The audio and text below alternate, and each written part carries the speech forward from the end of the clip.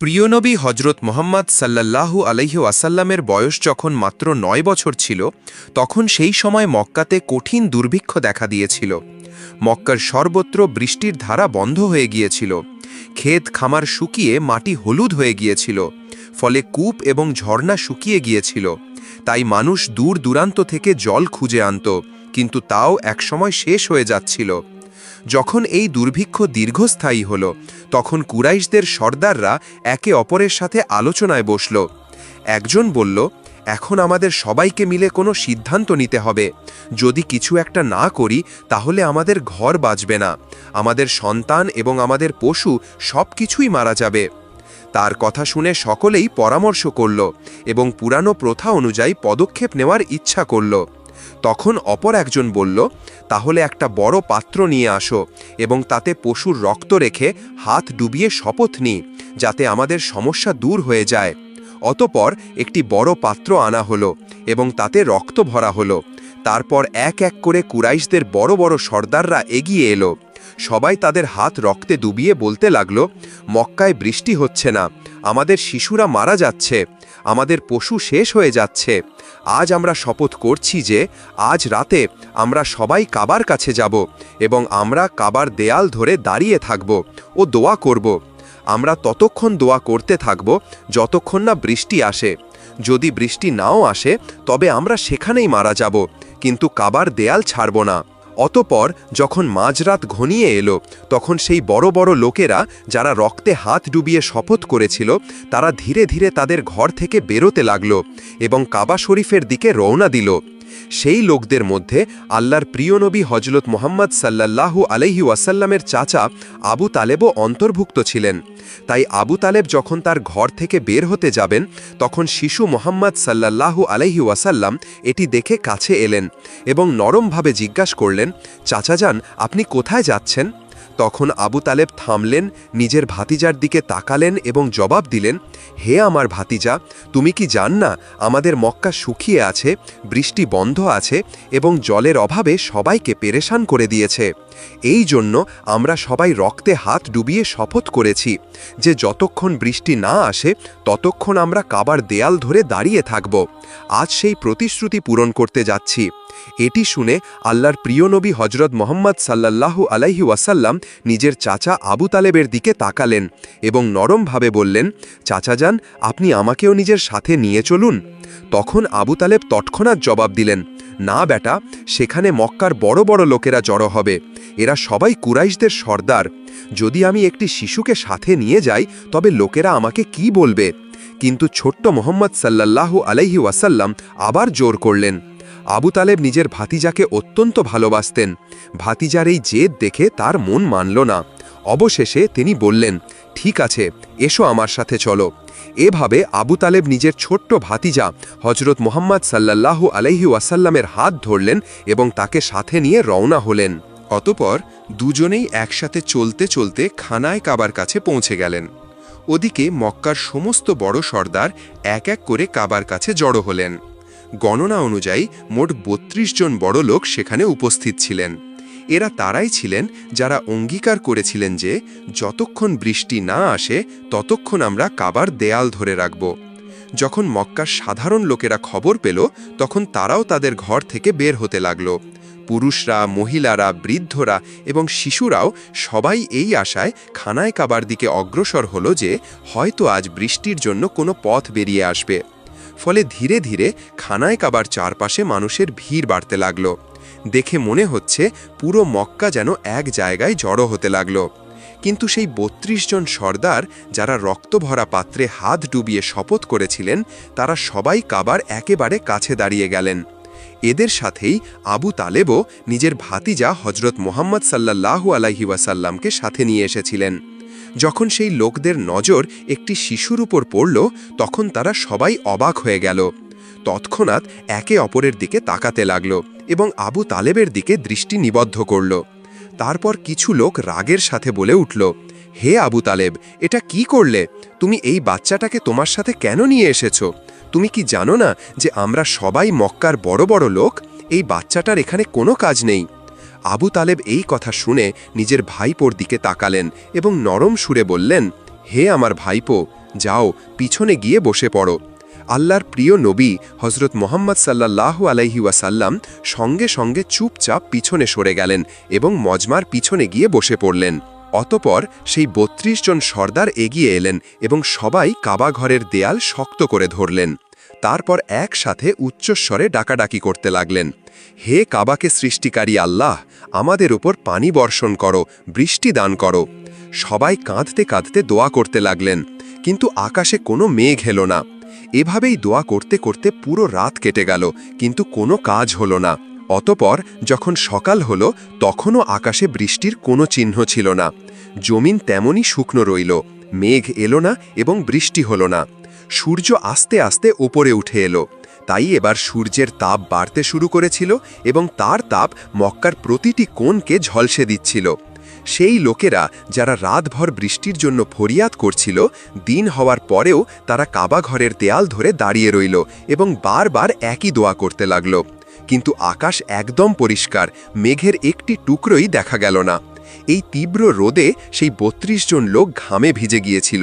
তাদের মধ্যে অনেকের শরীর টলমল করতে লাগল, কেউ কেউ মাথা ঘুরে মাটিতে পড়ে যেতে লাগল। কিন্তু তবুও তারা নিজেদের জেদে অটল রইল এবং বৃষ্টি চাইতে লাগল। এমন সময় হঠাৎ আবু তালেব অনুভব করলেন যে কেউ তার কাপড় পিছন থেকে টানছে। তাই তিনি যখন ঘুরে দেখলেন, তখন দেখলেন তার ভাইপো ৯ বছরের হজরত মোহাম্মদ সাল্লাল্লাহু আলাইহি ওয়াসাল্লাম দাঁড়িয়েছিলেন। এই দৃশ্য দেখে আবু তালেবের মুখ কঠোর হয়ে গেল। তিনি রাগে বললেন, হে মোহাম্মদ, তুমি এখানে কেন এসেছ?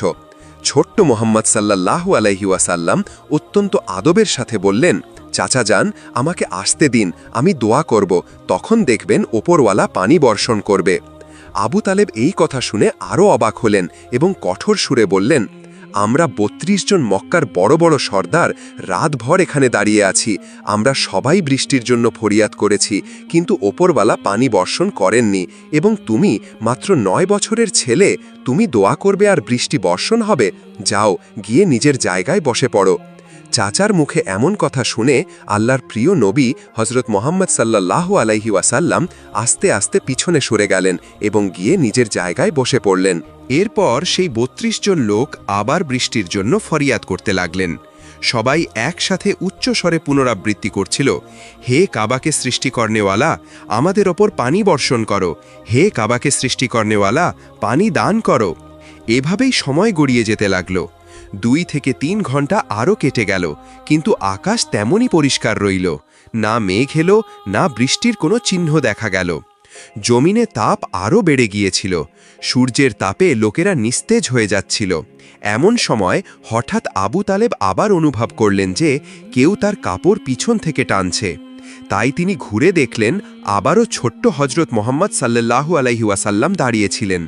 তখন আবু তালেবের মুখে রাগের চিহ্ন দেখা গেল। তিনি কঠোর সুরে বললেন, হে আমার ভাইপো মোহাম্মদ, তুমি আবার এখানে কেন এসেছ? এই শুনে প্রিয় নবী সাল্লাল্লাহু আলাইহি ওয়াসাল্লাম অত্যন্ত নরমভাবে বললেন, চাচা যান, আমি এবার পানি চাইতে আসিনি, আমি তো আপনার ঘাম রুচতে এসেছি। ফলে নবী করিম সাল্লাল্লাহু আলাইহি ওয়াসাল্লাম নিজের চাদর সামলালেন এবং ভালোবাসার সাথে নিজের চাচা আবু তালেবের মুখ থেকে ঘাম মুছলেন। এটা দেখে আবু তালেবের মন গলে গেলেন এবং নিজের ছোট্ট ভাইপোকে বুকে জড়িয়ে ধরলেন। এই সময় ছোট্ট মোহাম্মদ সাল্লাল্লাহু আলাইহি ওয়াসাল্লাম আস্তে আস্তে বললেন, চাচা যান, আমাকে আসতে দিন, আমি একটা কাজ করব আর উপরওয়ালা পানি বর্ষণ করবে। এই কথা শুনে কাছে দাঁড়িয়ে থাকা একজন লোক চিৎকার করে বলে উঠল, হে মক্কার লোকেরা, সুসংবাদ, পানি এসে গেছে। লোকেরা অবাক হল এবং মোহাম্মদ সাল্লাল্লাহু আলাইহি ওয়াসাল্লামের দিকে মনোযোগী হল।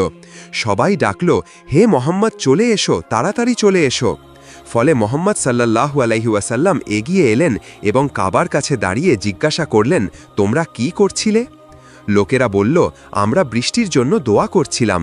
তখন মোহাম্মদ সাল্লাল্লাহু আলাইহি ওয়াসাল্লাম বললেন, যখন তোমরা দোয়া করছিলে তখন আমি পেছনে ছিলাম। এখন যখন আমি দোয়া করব আর তোমরা সবাই আমার পেছনে থাকবে। এটা শুনে ২০ জন লোক আদব করে পেছনে সরে গেল, কিন্তু ১২ জন সর্দার অহংকার করে বলল, এই ৯ বছরের ছেলেটি সামনে আর আমরা পেছনে, আমাদের ইজ্জত কমে যাবে। তখন মোহাম্মদ সাল্লাল্লাহু আলাইহি ওয়াসাল্লাম শান্তভাবে বললেন, হে মক্কার লোকেরা, পেছনে সরে যাও, কারণ এখন যদি আমি পেছনে সরে যাই তাহলে বৃষ্টি আর কখনো আসবে না। তখন ২০ জন লোক ঘাবড়ে গেল। তারা ১২ জন জেদি সর্দারকে বলল, সাবধান, যদি মোহাম্মদ সাল্লাল্লাহু আলাইহি ওয়াসাল্লাম পেছনে সরে যান তাহলে আমরা সবাই ধ্বংস হয়ে যাব। এটা শুনে সেই ১২ জনও নরম হয়ে গেল এবং সবাই পেছনে সরে গেল। এভাবে মক্কার বড় বড় সর্দাররাও ছোট্ট মোহাম্মদ সাল্লাল্লাহু আলাইহি ওয়াসাল্লামের পেছনে দাঁড়িয়ে গেল। সর্দাররা বলল, হে মোহাম্মদ সাল্লাল্লাহু আলাইহি ওয়াসাল্লাম, এখন তো আমরা পেছনে চলে এসেছি, এখন দোয়া করুন। তখন মোহাম্মদ সাল্লাল্লাহু আলাইহি ওয়াসাল্লাম বললেন, যদি আমিও সেটাই চাই যা তোমরা চেয়েছ তাহলে পার্থক্য কি থাকবে? লোকেরা অবাক হয়ে বলল, তাহলে আপনি কি চাইবেন? তখন মোহাম্মদ সাল্লাল্লাহু আলাইহি ওয়াসাল্লাম পরোক্ষভাবে বললেন, এটাই এখন তোমরা দেখবে। তারপর মোহাম্মদ সাল্লাল্লাহু আলাইহি ওয়াসাল্লাম আকাশের দিকে তাকালেন। প্রথমে হালকা মেঘ দেখা গেল, তারপর আবার যখন দৃষ্টি তুললেন তখন বৃষ্টি নামতে লাগল। তৃতীয়বার যখন নবী করিম সাল্লাল্লাহু আলাইহি ওয়াসাল্লাম পুরো মুখ আকাশের দিকে তুললেন তখন মেঘ ছেয়ে গেল এবং প্রবল বৃষ্টি হতে লাগল। শুকনো ক্ষেত সতেজ হয়ে গেল এবং লোকেরা আনন্দে বৃষ্টিতে ভিজতে ভিজতে ডাকতে লাগল, ইয়া মোহাম্মদ সাল্লাল্লাহু আলাইহি ওয়াসাল্লাম। এইভাবে পুরো মদিনা আনন্দে মুখরিত হয়ে উঠল। হজরত মোহাম্মদ সাল্লাল্লাহু আলাইহি ওয়াসাল্লাম যখন হজরত হালিমার বাড়িতে প্রতিপালিত হচ্ছিলেন এবং বয়স ৩ বছর ছিল, তখন তিনি আদর করে জিজ্ঞাসা করলেন, আম্মা, আমার ভাইয়েরা কোথায় যায়? হালিমা বললেন, বেটা, তারা ছাগল চড়ায়। তখন শিশু মোহাম্মদ সাল্লাল্লাহু আলাইহি ওয়াসাল্লাম বললেন, আম্মা, আমিও তাদের সাথে যেতে চাই। তার কথা শুনে হালিমা ভয় পেয়ে মানা করলেন, কিন্তু নবীজির বোন শাইমা বললেন, আম্মা, আপনি জানেন যখন ভাই মোহাম্মদ আমাদের সাথে যায় তখন মেঘ ওপরে ছায়া করে নেয়, রোদ কখনো তাদের ওপর পড়ে না। এটা শুনে হালিমার মন বিশ্বাস ও খুশিতে ভরে গেল যে এই শিশুটি আল্লাহর বিশেষ হেফাজতে আছে। শাইমার কথা শুনে হালিমার মনে শান্তি এলো, কিন্তু তবুও মায়ের মন তিনি শিশু মোহাম্মদকে নিজের চোখের আড়াল করতে দ্বিধা করতেন।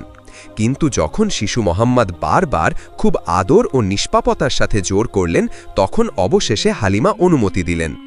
এভাবে একদিন শিশু মোহাম্মদ সাল্লাল্লাহু আলাইহি ওয়াসাল্লাম নিজের দুধ ভাইদের সাথে ছাগল চড়াতে জঙ্গলের দিকে গেলেন। ছোট্ট শাহজাদার ভঙ্গি ছিল খুবই অনন্য। কখনো কোনো ছাগলের মাথায় হাত বুলিয়ে দিতেন, কখনো আদর করে ডাকতেন। আর আশ্চর্যের বিষয় হল, ছাগলগুলো তার কাছে এসে শান্তিতে চড়তে থাকত। এই নিয়ম কয়েকদিন চলল। এইভাবে ৪-৫ দিন শিশু মোহাম্মদ সাল্লাল্লাহু আলাইহি ওয়াসাল্লাম নিজের ভাইদের সাথে ছাগল চড়াতে যেতেন এবং সবাই দেখত যে যেখানে শিশু মোহাম্মদ সাল্লাল্লাহু আলাইহি ওয়াসাল্লাম পা রাখতেন সেখানে কাঁটা ফুটত না, ছাগলগুলো পথ হারাত না, বরং সব দিকে শান্তি ও হেফাজতের ছায়া থাকত। কিন্তু একদিন হজরত হালিমা নিজের মনকে নিয়ন্ত্রণ করতে পারলেন না। তিনি আদর করে বললেন, বেটা মোহাম্মদ, আজ থেকে তুমি ছাগল চড়াতে যাবে না, কারণ তুমি এখনো খুব ছোট, তুমি রোদ ও জঙ্গলের কঠোরতা সহ্য করতে পারবে না। আমি চাই না যে তোমার একটুও কষ্ট হোক। দুধ মাতা হালিমার কথা শিশু মোহাম্মদ চুপচাপ মেনে নিলেন। একদিন কাটল, দ্বিতীয় দিনও কেটে গেল, কিন্তু তৃতীয় দিন হঠাৎ বাড়িতে এক হুলস্থুল পড়ে গেল। হজরত হালিমার আপন ছেলে কাঁদতে কাঁদতে ভেতরে এলো। তার মুখে ভয় এবং চোখে জল ছিল। তখন হালিমা ঘাবড়ে গিয়ে বললেন, বেটা, কি হয়েছে, কেন কাঁদছ? শিশুটি হেঁচকি তুলতে তুলতে বলল, আম্মা, আমাদের একটি ছাগলকে জঙ্গলে সিংহ নিয়ে গেছে। এই কথা শুনে হালিমার মনে আঘাত লাগল। মমতা ভরা মনে একটি চিন্তাই এলো যে যদি শিশু মোহাম্মদ সাথে থাকত তাহলে না জানি কি হতো। তার চোখ থেকে অশ্রু গড়িয়ে পড়ল এবং তিনি মনে মনে আল্লাহর শুকরিয়া আদায় করতে লাগলেন যে তিনি শিশু মোহাম্মদকে জঙ্গলে যেতে বাধা দিয়েছিলেন। কিন্তু একই সাথে এই দুঃখও ছিল যে বাড়ির ছাগলের সংখ্যা কমে গেছে। হযরত হালিমা সাদিয়ার অশ্রু তখনও গালে গড়িয়ে পড়ছিল। এমন সময় শিশু মোহাম্মদ সাল্লাল্লাহু আলাইহি ওয়াসাল্লামের দৃষ্টি তার প্রিয় আম্মির মুখের উপর পড়ল। তখন আল্লাহর মাহবুব মোহাম্মদ সাল্লাল্লাহু আলাইহি ওয়াসাল্লাম এগিয়ে এলেন, ছোট হাত দিয়ে হালিমার অশ্রু মুছে দিলেন এবং খুব ভালোবাসা দিয়ে জিজ্ঞাসা করলেন, আম্মা, আপনি কেন কাঁদছেন, কি হয়েছে? হযরত হালিমা বললেন, বেটা মোহাম্মদ, আমাদের একটি ছাগলকে জঙ্গলের সিংহ নিয়ে গেছে, তাই আমার মন খারাপ। এই কথা শুনে শিশু মোহাম্মদ মুচকি হেসে বললেন, আম্মা, আপনি কেন কাঁদছেন, কি হয়েছে? হযরত হালিমা বললেন, বেটা মোহাম্মদ, আমাদের একটি ছাগলকে জঙ্গলের সিংহ নিয়ে গেছে, তাই আমার মন খারাপ। এই কথা শুনে শিশু মোহাম্মদ মুচকি হেসে বললেন, আম্মা, আপনি দুঃখ করবেন না, আমরা আমাদের ছাগলকে এখনই সিংহদের কাছ থেকে ফিরিয়ে আনছি। এই কথা শুনে হালিমা সাদিয়ার মন আরও ঘাবড়ে গেল এবং তিনি বললেন, বেটা মোহাম্মদ, এমন হয় না, সিংহ খুব ভয়ঙ্কর হয়, সে কাউকে কিছু ফিরিয়ে দেয় না, এবং তুমি তো এখনও খুব ছোট, যদি তুমি তার কাছে যাও তাহলে সে তোমার ক্ষতি করতে পারে। তখনই শিশু মোহাম্মদ সাল্লাল্লাহু আলাইহি ওয়াসাল্লাম বললেন, আম্মা, সেসব অন্য কারোর কথা শুনে হয় না, বরং সেটাই হয় যা মোহাম্মদের কথা শুনে হয়। যখন মোহাম্মদ সাল্লাল্লাহু আলাইহি ওয়াসাল্লাম বলবেন, তখন জঙ্গলের সিংহরাও ছাগল নিয়ে নিজে হেঁটে চলে আসবে। এই কথা শুনে হযরত হালিমা সাদিয়ার চোখ বিস্ময় ও ভক্তি নিয়ে খুলে গেল। অতপর শিশু মোহাম্মদ তার প্রিয় আম্মিজান হালিমার হাত ধরে গ্রাম থেকে জঙ্গলের দিকে হেঁটে চললেন। যখন জঙ্গলের কিনারায় পৌঁছালেন, তখন শিশু মোহাম্মদ সাল্লাল্লাহু আলাইহি ওয়াসাল্লাম অত্যন্ত প্রতাপ ও স্নেহ সহকারে আওয়াজ দিলেন, হে জঙ্গলের সিংহরা, শোনো, আমার মা হালিমার ছাগল ফিরিয়ে দাও। শিশু মোহাম্মদ সাল্লাল্লাহু আলাইহি ওয়াসাল্লামের এই কথাগুলো যেন আল্লাহর নির্দেশের মতো জঙ্গলে প্রতিধ্বনিত হল। এইটুকু বলার পরই হঠাৎ জঙ্গলের ভেতর থেকে শব্দ উঠে এলো এবং কিছুক্ষণের মধ্যেই অনেক সিংহ দৌড়ে আসতে দেখা গেল। সেই সিংহরা হযরত হালিমা সাদিয়ার ছাগলকে খুব সাবধানে নিয়ে এলো এবং এসে শিশু মোহাম্মদ সাল্লাল্লাহু আলাইহি ওয়াসাল্লামের পায়ে মাথা নত করল। সিংহ ছাগল ফিরিয়ে আনল এবং ভালোবাসা ভরা দৃষ্টিতে শিশু মোহাম্মদ সাল্লাল্লাহু আলাইহি ওয়াসাল্লামকে দেখতে লাগল। তখন শিশু মোহাম্মদ সাল্লাল্লাহু আলাইহি ওয়াসাল্লাম বললেন, হে সিংহরা, তোমরা জানতে না যে এই ছাগল আমাদের, তাহলে কেন নিয়ে গেলে? সিংহরা আদব সহকারে বলতে লাগল, ইয়া রাসূল, আমরা আপনার দিদারের আশায় ছাগল নিয়ে গিয়েছিলাম, যাতে আপনি আমাদের কাছে আসেন। আপনাকে ছাড়া জঙ্গল নির্জন লাগে। ছাগল তো শুধু অজুহাত ছিল, আসল উদ্দেশ্য ছিল আপনার দিদার। এই কথা শুনে হযরত হালিমার চোখ থেকে অশ্রু গড়িয়ে পড়তে লাগল। তিনি ভাবতে লাগলেন যে জঙ্গলের হিংস্র প্রাণীরাও এই শিশুর সামনে বিনয়ের সাথে নত হচ্ছে। সিংহ বলল, ইয়া রাসূল, যদি কোনো বেয়াদবি হয়ে থাকে তাহলে আমাদের ক্ষমা করে দিন। তখন মোহাম্মদ সাল্লাল্লাহু আলাইহি ওয়াসাল্লাম মুচকি হেসে বললেন, যাও, তোমরা স্বাধীন, কিন্তু মনে রেখো, কারোর ওপর জুলুম করবে না। এই কথা শুনে সিংহরা আনন্দে গর্জন করতে লাগল। হযরত হালিমার মনে বিশ্বাস আরও বেড়ে গেল যে এই শিশু সাধারণ নয়, সমস্ত বিশ্বের জন্য রহমত। তো প্রিয় দর্শক, এই ছিল আমাদের আজকের এই ভিডিও। কেমন লাগলো কমেন্ট করে আমাদের অবশ্যই জানাবেন। আজ তাহলে এই পর্যন্তই। আপনারা ভালো থাকবেন, সুস্থ থাকবেন। আল্লাহ হাফেজ।